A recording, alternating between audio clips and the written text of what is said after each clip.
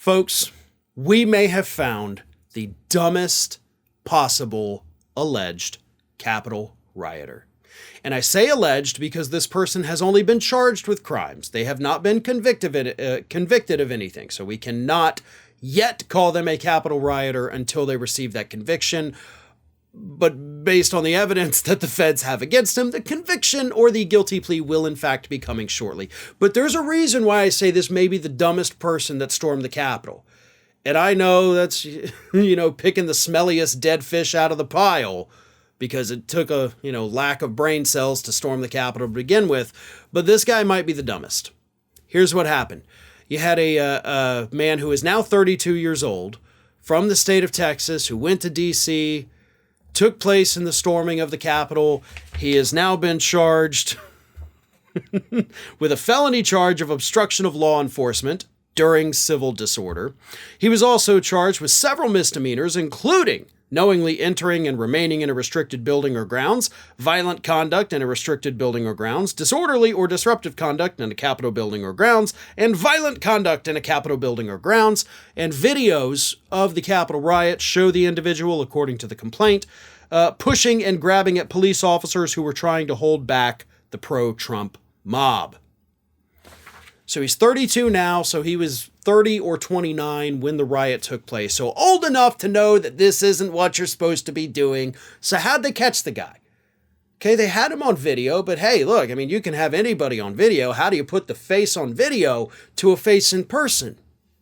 2.5 years after the fact, and they finally caught the guy. How'd they catch him?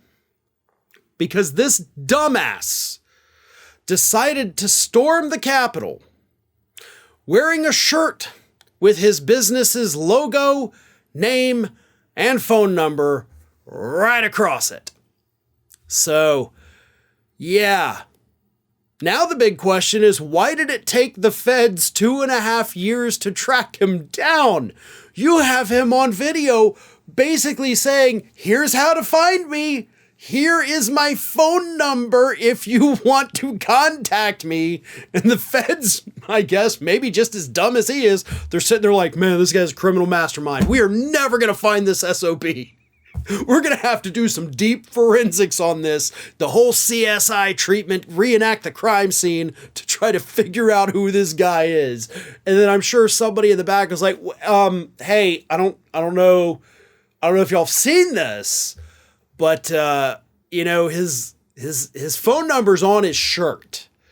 So before we get the crime lab involved, anybody want to call that number and just see, do you know this man?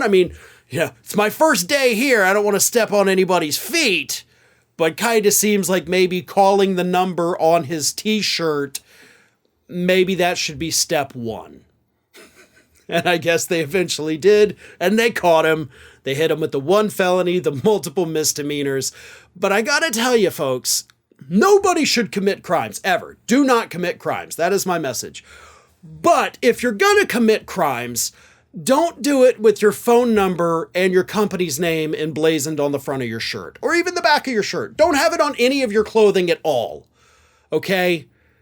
Because you may think that it's fun and you may think you're going to get some good advertising out of it, but all you're going to end up doing is eventually getting yourself arrested.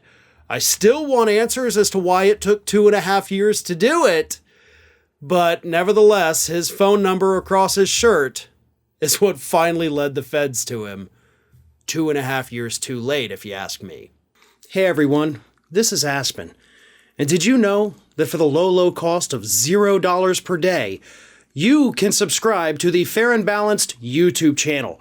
We also encourage you to like, comment, and share. But again, click that subscribe button and help Aspen not be so grumpy.